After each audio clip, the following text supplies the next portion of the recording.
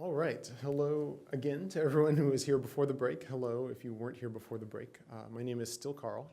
I still work on reduced precision formats, again, primarily for training, a little bit for inference. This is actually one of my coworkers' areas of expertise, but he couldn't be here, so I'm subbing in for him. Hopefully it's half as good as he would have done. So we talked about mixed precision training before, now we're talking about inference.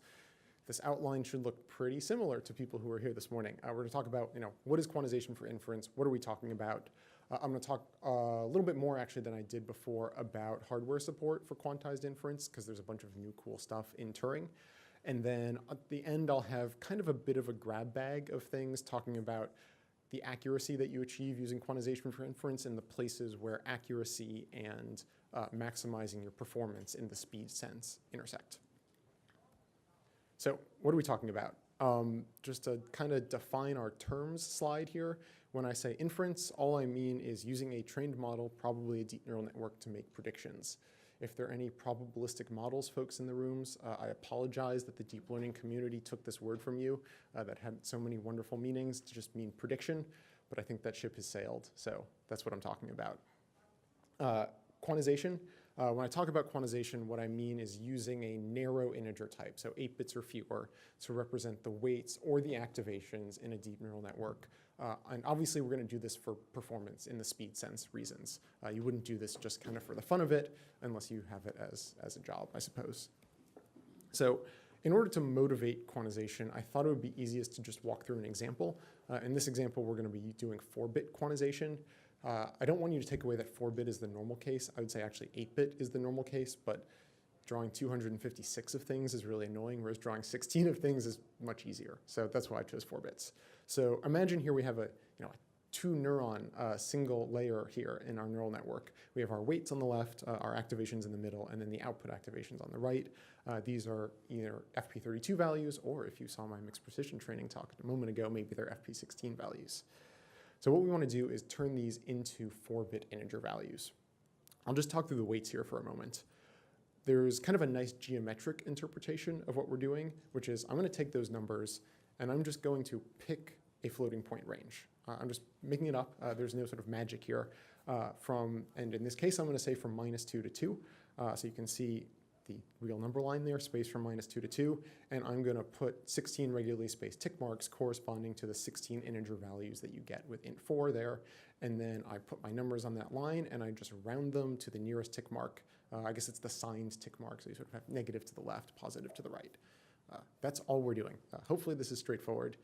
People say deep learning is all like, first level college math. This is like 7th grade math here. And one thing I hope everyone can take from this is that there's this sort of geometric or algebraic interpretation. You can see this as the same thing as, I took those original floating point numbers, which I was going to do from -2 to 2. I just need to stretch those to the int4 range, which is -8 to 8. So it's the same thing as multiplying by 4 and then rounding to the nearest representable integer. So you can see it as a geometric thing, which is nice when you're drawing pictures. Obviously, when you're writing code, you're going to be doing this kind of scale and round behavior. Does that make sense? Some nods, maybe? Cool. So say I do this for both my weights and my activations. One thing I hope people can remember is that you don't actually need to use the same quantization scheme for the 2 inputs. So in this example, I'm quantizing my weights to be between -2 and 2. I'm quantizing the activations to be between -1 and 1. That's equivalent to having a scale and round of a factor of 4 for the weights and a scale and round with a factor of 8 for the activations. Does that make sense? Couple nods. A little worried. We'll see how this goes. So then once I have my int4 values there, I just run matrix multiplication in the obvious way. Obviously, I'm going to get integers out because integers multiplied by each other and added together stay as integers. And then I get my output activations here, -22, -15. One thing to note, and we'll talk about this in a second, those are not representable as int4. You're going to have a wider type for your outputs rather of this matrix multiplication than you had for the inputs. So then the result there, we had a factor of 4 on the weights, a factor of 8 on the activations. The nice thing about scalar multiplication is it's commutative and associative and has all those wonderful algebraic properties. And so we can just factor out those factor of 32 there, divide out by 32, and we can dequantize back to that original floating point value or floating point format that we had on the inputs. And you'll notice there, we get some numbers out at the end.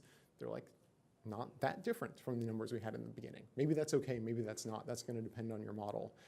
And GITHUB, who's talking after me, can talk a little bit more about techniques for improving accuracy when you find that this quantization error that's introduced is actually introducing modeling error as opposed to just numerical error. So important takeaways, kind of what is quantization. I mentioned the sort of scheme that I was talking about where we had our floating point range from -2 to 2. I'd say that's a centered quantization scheme that's just equivalent to scale and round. That's all we're doing. You could imagine actually having the left and right end of our quantization range not be just mirror images of each other. That would be an uncentered quantization scheme, and that would be the same as scaling, then shifting by a constant value, and then rounding. For reasons I'll talk about in maybe 5 to 10 minutes, that's not as good an idea from a hardware point of view, and we find it doesn't help a lot with accuracy. So that's not the recommended thing, but again, if you want this kind of geometric algebraic duality, that's what's happening there. As I mentioned, the output has to have a wider type than the inputs, at least a wider integer type. And then once you have that output in integer format, you can either dequantize back to float by removing scale and possibly some shift values, or you can imagine actually, you have some activations. The next layer has some expected scale for its quantized int4 activations. I can actually just directly remove out the kind of relative ratios of those two scales and directly requantize back into my reduced precision integer format for the next layer.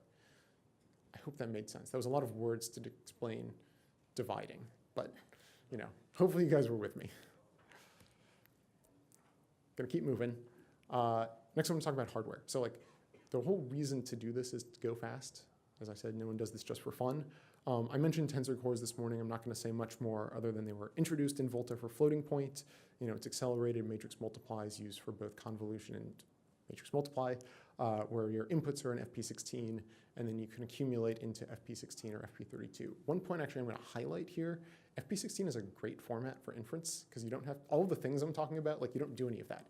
You just take your values and you convert them to FP16 and you move on with your life. And you can do accumulation into FP16 rather than FP32, which actually has some power savings too. So tensor cores, this is mentioned I think by Stephen this morning, were extended in Turing to integer types. It's the same kind of idea where you have different input and output types. The inputs can be int4, int8, or int1, i.e. just binary 0, 1 values, either signed or unsigned in the int8, int4 case. It doesn't really mean anything for 1 bit, whether it's signed or unsigned. And then the accumulation is always into int32. So it's always a 30-bit 2 accumulator, which handles that case that we saw before, where when you're multiplying these narrow integer values, the sum of that dot product is always going to be bigger than you could do in the same narrow type. Because this is hopefully a bit of a researchy audience, I'm just going to have a brief digression here, what is int1? Why is this a thing that the hardware supports? The idea here is there's been some work on binary neural networks, and we're interested to see people do more with this. So we have this new support in Turing for int1 dot products. I'm just going to say briefly what it does, and again, if you have questions, come get me after. Because it's not totally clear what it means to do a dot product of 2 binary vectors. What the hardware does, if you want to think about this after, is it'll take the 2 vectors, it'll do an XOR, an exclusive OR of the 2, and then a pop count, so the number of 1 bits in the output.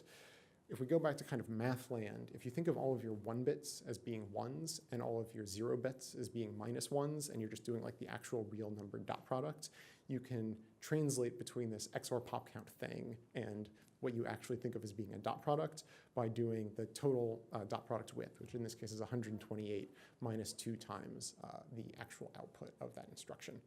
I've put this there because it took me a little bit of time to work out, so hopefully I saved you guys some time. But if you want to talk about binary stuff after, come grab me. Here's our speedup table. That second row should be familiar to people, so FP16 has an 8x speedup, and then you see basically linear speedups in terms of bit width from there. So int8 is going to be a 16x speedup over the FP32 baseline, all the way to an 128x speedup for binary multiplication. And in terms of actually using tensor cores, Dilip will say a lot more about this, but the way I think of it is they're kind of at least 3 layers of the stack here. We have the low-level support in CUDA through the WMMA API, 1 level above that in the libraries to do matrix multiplication and convolution in cuBLAS, and then TensorRT for high-level framework support. int8 is through all of these things because that's the main thing that people are using right now. int4 and int1 are a little more experimental and exposed only at the low level CUDA WMMA API for now. Great. How much time do I have? We're doing good. Okay.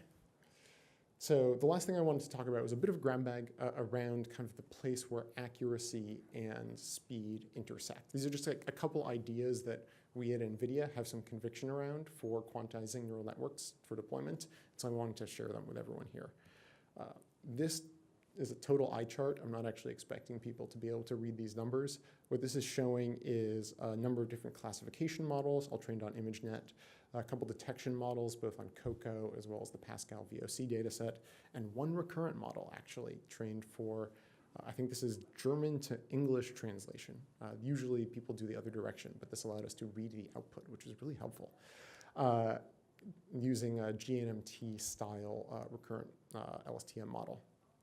And so, what you're supposed to take away from this is that, here we have accuracy results in FP32, FP16, as well as int8. There's certainly a couple cases here where you can find a small degradation in accuracy that was introduced by int8. Some of those can actually be gotten rid of with some techniques that either we'll talk about or we won't have time to talk about. You can ask me about after. But broadly, I'd say across the board, for a lot of the kinds of models people are interested in, putting in the cloud and running on thousands of servers, pushing to edge devices, generally accelerating and making smaller, you can see essentially the same accuracy in FP32 with int8, which is like pretty cool. I think there's like a pretty non-obvious fact about the world. I don't quite know why it's true, but it seems to be true, and it's pretty great, at least from a hardware point of view. So in terms of, that's the accuracy we want. We also, we had that nice 16x. We don't want to give it up. So there are three quick ideas I'm just going to talk through here, and again, questions after if you want, that kind of show where these two ideas intersect. The first one is sort of this scale only versus scale and shift idea. This is a hard slide to parse. I apologize for that. The point that I'm making is, in that first equation here, when we're doing the centered quantization with only a scale, everything factors out really nice. I have a scaled matrix times a scaled matrix. I get out a scaled matrix, and I just do a single matrix multiply. There's no additional overhead introduced by the scale factor there. If I have uncentered quantization, then each of my two inputs is going to be a scaled matrix plus some shift factor times a scaled matrix plus some shift factor. So if you think back to like 6th grade math, like first, outside, inside, last, right? If you multiply these two things, you actually get 4 output terms, one of which is the same scaled matrix multiply. One is a non-constant shifted scaled matrix, and the other two are constants. If you're clever, you can rearrange the math a little and reduce this to 2 terms you have to compute plus a constant term that you can cache. But no matter what you do, you're going to introduce a, not enormous, but some overhead manipulating all of this extra stuff in the output. And in the best case, what this is going to do is going to buy you 1 extra bit of precision because you weren't using anything on either the negative or the positive side, and so you're able to shift that all out. But if you actually know that all of your values are positive, then you can just use an unsigned representation and recover that bit. So in practice, you don't seem to recover all that much in terms of accuracy or precision by introducing this additional scale factor. We've not seen cases where you needed that shift factor in order to match the FP32 accuracy, and it does come as a perf penalty. And I'd say, in terms of talking to other people who work on quantization for a living, originally all the papers were written with the scale and shift thing, and people seem to be moving toward scale only as they try and actually write software for scale and shift matrix multiplication, and it's pretty dreadful. Great. Second idea is per channel scaling. So this is maybe, before is do the simple thing. Here's a complicated thing you can do that has no perf penalty. So, before we had a single scale factor, again, sort of a single floating point range that I'm quantizing my values in for my weights and a single one for my activations. And then I get a single scale factor for the output, the product of the 2 scales. If you think about a matrix multiplication though, as I've written it, we have row-wise dot products. Each of the output elements there is, independently a function of each of the rows of my input matrix. And this is going to be true channel-wise in convolutions.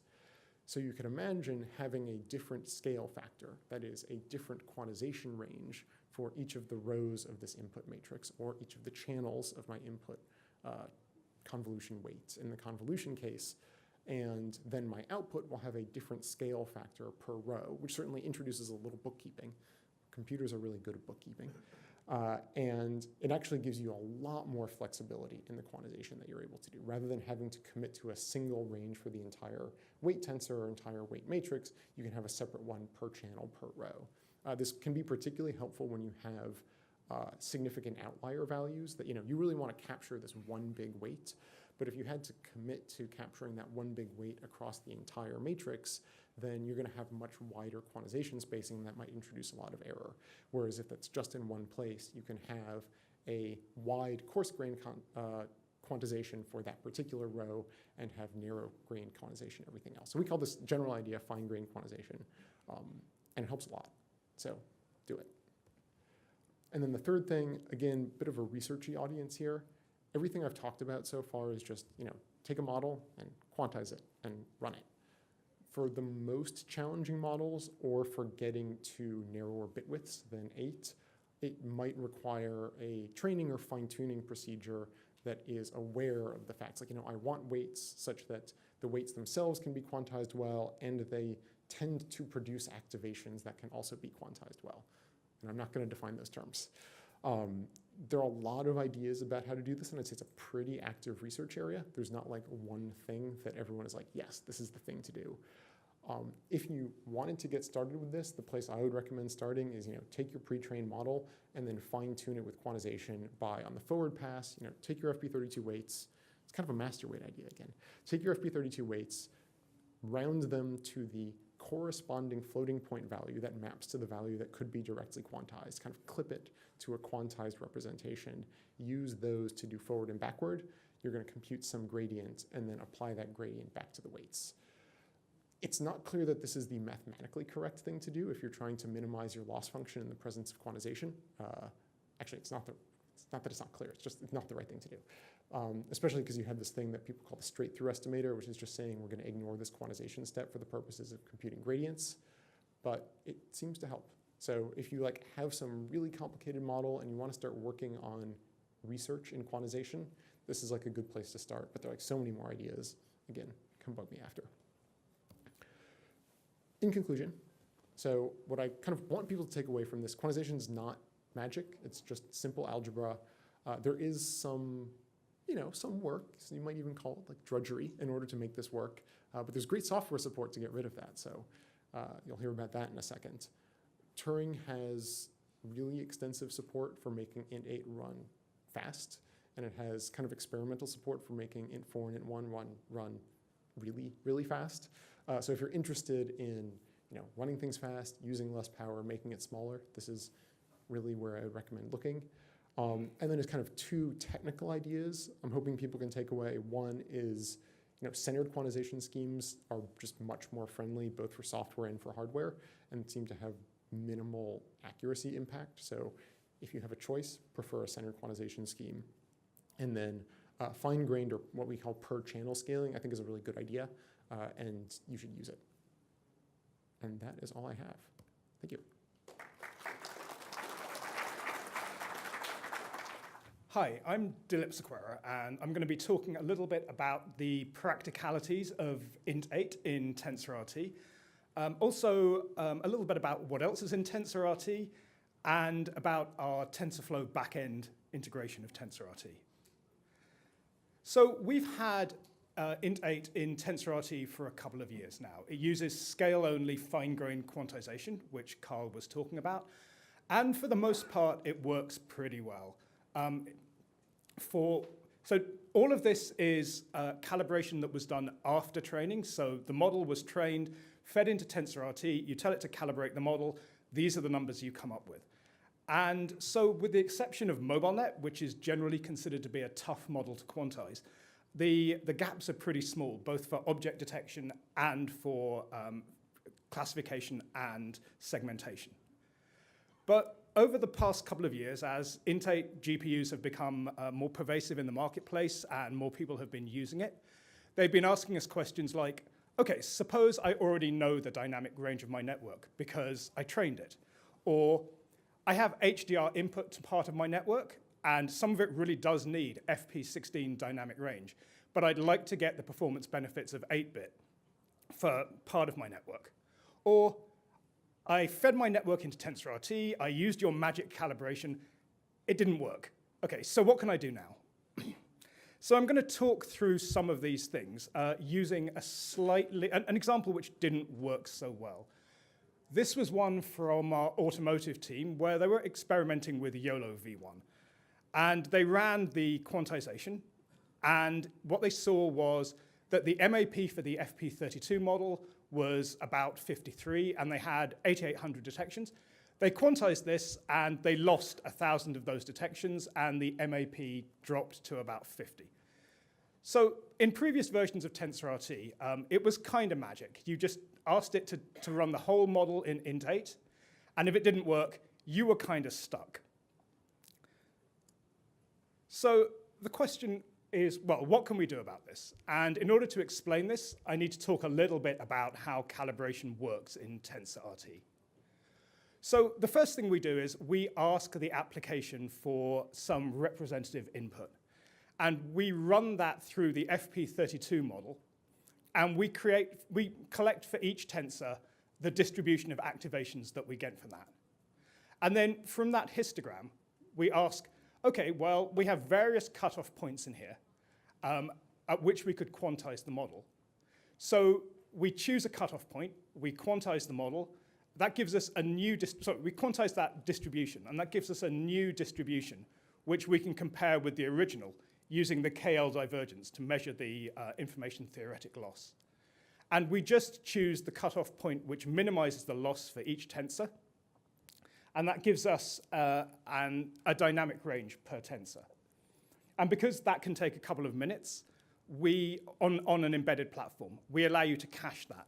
And this cache, although it's not actually designed to be human readable, it's also not very obfuscated. So if you open it up in an editor, what you'll see is for each tensor, there's the name of the tensor and then some magic hex value. And that's just the hex representation of a floating point number that is the quantized value of 1. So you can actually see the dynamic range for each tensor. So going back to this YOLO model, the question is, OK, what can we do about this? And one thing we know is that neural networks, as you go later on the networks, they become more sensitive to noise. So if you have a little bit of sensor noise on the front from your camera, it's not going to make any difference to your result. But the further you go through the network, the more sensitive it is to artifacts from quantization. So one thing we can do is to say, OK, well, we'll just run the later layers in higher precision. And in order to do that, you want to tell TensorRT, OK, just use the type constraints, just use the layer types that I told you. Under normal circumstances with TensorRT, if you say use a low precision type, and it finds it has a faster implementation in higher precision, which would be the case if, for example, it had an FP16 Winograd implementation that was super fast, that couldn't run in int8, then it will use that higher precision. And that's usually what you want because it's going to give you the fastest execution. But when you're doing experiments with mixed precision, you really don't want that. So this set strict type constraints thing will say, just use the precision I told you. And then we tell TensorRT to use int8 for every layer in the network, except the last two, which run in FP16. And we get back about 2/3 of the detections, and the MAP is somewhat closer. But we didn't really learn anything, and although this was kind of cheap, we didn't get back everything that we originally lost. So we need to look a little bit deeper. And if we open up the calibration cache, we see these two dynamic ranges for the first two tensors in the network. That the first convolution has a dynamic range of about 18, and the first ReLU has a dynamic range of about 13. And this is a little bit unexpected. So TensorRT is using scale-only calibration. And if you took a normal ReLU, and the distribution was approximately symmetric around 0, and you just applied ReLU to chop off the negative part of the distribution, you'd expect the distribution of absolute values to be more or less the same. But in this case, YOLO is using leaky ReLU. And what that does is to take all the negative numbers and divide them by, in this case, 10. And when you take the absolute value of that distribution, you'll find that in the convolution case, you have this nice bell-shaped thing. And then when you apply the ReLU, all of the negative values get squashed over to the left-hand side of the graph. And so everything is, the ReLU distribution quantizes optimally at a much lower dynamic range than the convolution. And that's probably not what we wanted, because we probably wanted to preserve all the large values from the convolution. So TensorRT 5 allows you to bring your own calibration. You can set the dynamic range for each tensor using this set dynamic range function. And this is also what you'd use if you had these numbers from training.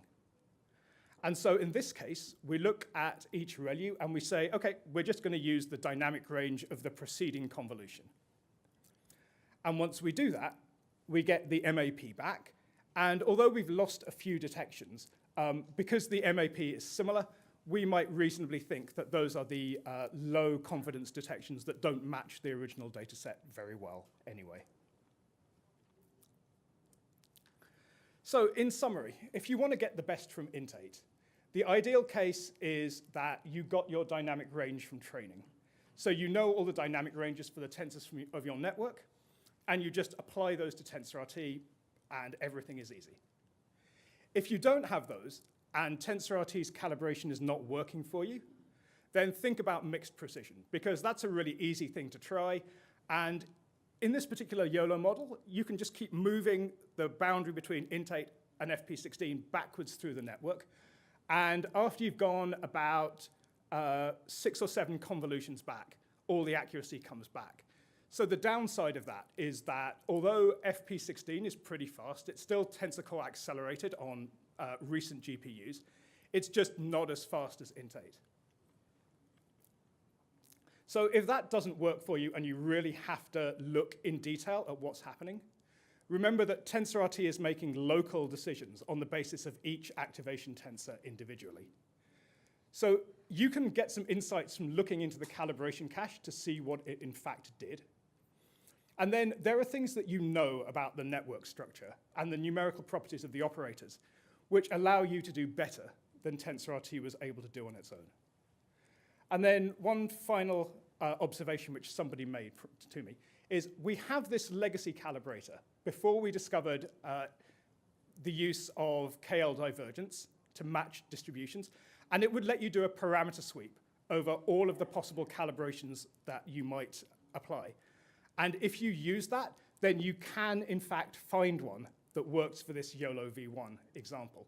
But that is more luck than science, and it's very labor intensive, and it doesn't always work. So I don't exactly recommend it. So what's the motivation for this? Well, this is a pretty standard methodology for benchmarking inference performance, which is throughput under latency. So let's suppose we have 7 milliseconds in which we need to get our answer back. INT8 really does 2 things for you. One is that the throughput is much higher on modern GPUs, and the other is that because throughput is higher for any individual batch, you can use a larger batch size. And as Carl mentioned, using larger batch sizes exposes more parallelism, and that gives you speedups as well. So what you end up with is these superlinear speedups as you move down precision. And in some cases, you can get 6 or 8 times speedup just from moving to INT8. I do actually have a slide later that is just for fixed batch sizes, so you'll be able to see how much of this is from batch size and how much of this is from throughput increase. And some other things that we've recently added to TensorRT. So probably the most visible thing to most people is we've completely rewritten the Python API. So TensorRT's forced Python API felt a little bit like you were writing C++ with Python syntax. The new one is a ground-up rewrite, so it is compatible with NumPy, it has name parameters, object lifetimes are managed in the way that you would expect in Python, and so forth. So it feels much more like writing modern Python. TensorRT also supports plugins for things that it doesn't natively support, and those were previously managed in a very fine-grained way. people told us that was quite annoying. So we've just introduced this global plugin registry. You register your plugin in one place, one time, and all of the parsers and networks know how to find it. And lifecycle management is much easier, and everything is relatively straightforward. We've been shipping, we've had an Onyx parser for TensorRT for a while now, but it was open source on GitHub, and people were finding version mismatches between it and releases of TensorRT.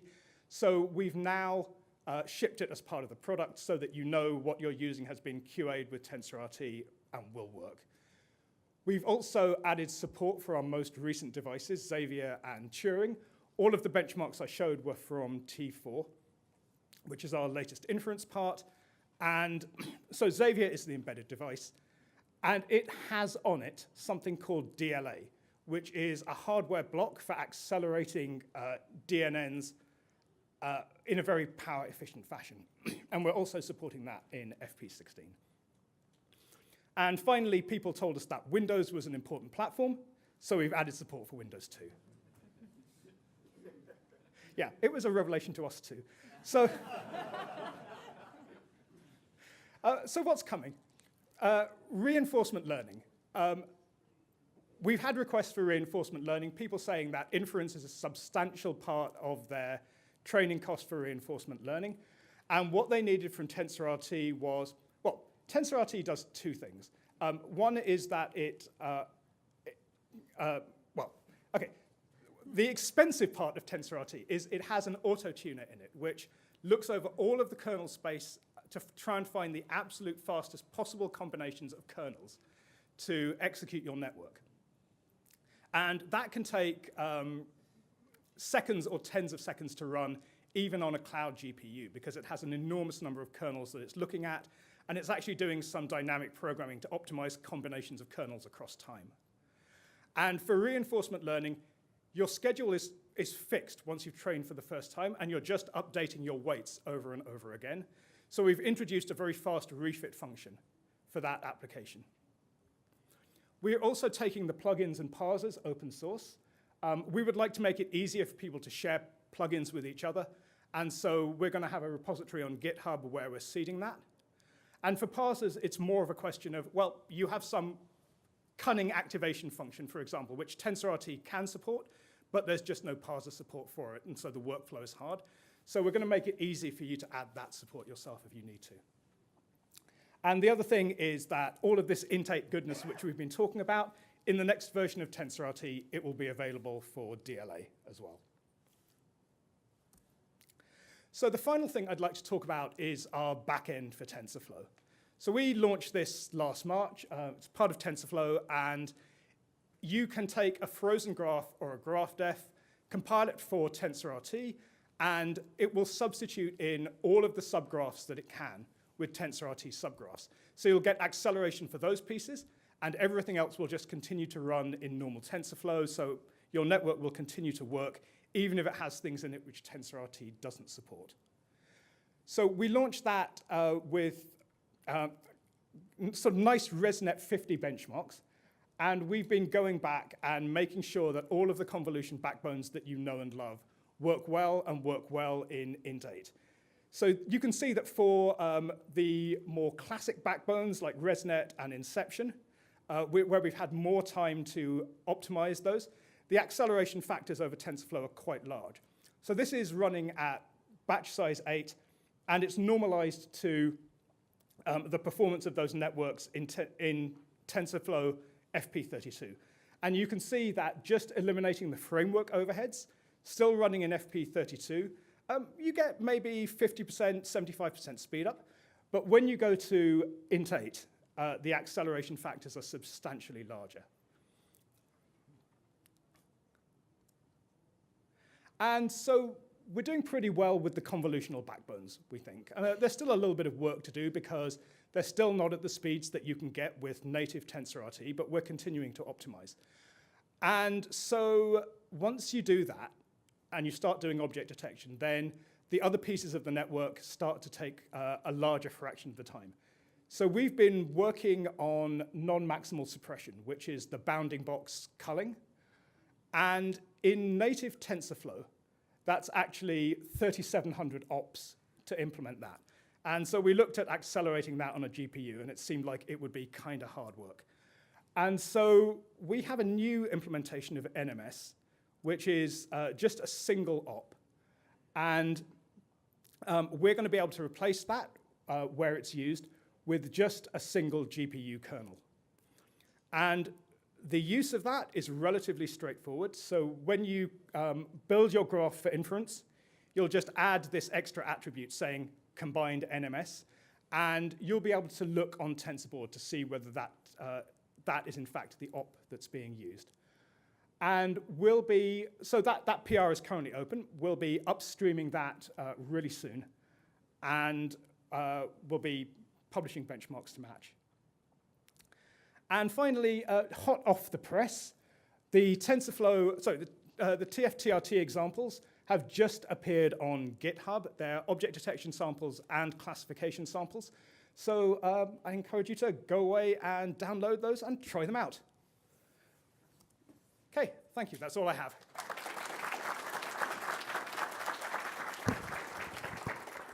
Okay, thanks, Dilip. So just to round out our inference platform talks, I know since this is a researchy crowd, you might not really care about deploying into your models into a data center, but thought it's worth explaining the difference in some of our new releases that we've made. So one thing that we announced in September, in addition to the T4 and our Turing architecture, the T4 chip for data center inference, and our next revision of TensorRT, we've also introduced what we call TensorRT HYPERSCALE Inference Platform, or also just called TensorRT Inference Server. And why did we do this? Well, one thing that we saw from our customers was that the number one thing I get is GPU utilization. How can I ensure that I'm getting the most utilization out of my GPU in the data center? Also, we have multiple frameworks that are coming in. You know, you're doing research, you're producing models in a lot of different frameworks. How can I deploy that in a single, standard way in a data center when I'm talking to IT admins? And then developers are reinventing the plumbing for every application. And so what we did was we came up with the TensorRT Inference Server to maximize real-time inference performance. So for real-time inference, there's kind of two types of inference going on in the data center. There's real-time and there's batch inference. And the real-time, and GPUs are awesome at batch inference, but sometimes we get some flack for batch equals 1. We have done a lot of work in the software to improve batch equals 1 inference, but we've also included dynamic batching into the TensorRT Inference Server, so you kind of set the latency, and we can take batch of 1 and kind of batch them up and hit that underneath the latency that you need. Also, we've set up a model manager so you can quickly deploy models. You can version your models, eager loading of the models into memory. You can scale to heterogeneous GPUs. We plug into the Kubernetes ecosystem, integrates with orchestration systems, and also spits out a lot of metrics, like the power utilization of the GPU, the number of inferences that you're getting. And now we've open sourced it completely. So now you can go out to GitHub. Everything's out there. Again, so this is a couple of the things that we've added: concurrent model execution. I mentioned some of these. Oh, the other one is CPU. We don't just run on the GPU. We also run on the CPU. So if you have your framework native models that also are doing CPU inferencing, we support that as well. And despite the name TensorRT Inference Server, we also support multiple model formats: TensorFlow, GraphDef, and Save model. The TensorFlow, TensorRT, GraphDef, what Dilip was just talking about, of course, TensorRT plans, and then Cafe2 NetDef, which is our Onyx import path. Let's see, there's the list of available metrics that we have out there. I'm not going to list them all, but again, these are really useful for being able to feed into your ecosystem and maybe do some horizontal pod autoscaling. Maybe it feeds out to Prometheus and Grafana, so you can kind of just monitor your whole system.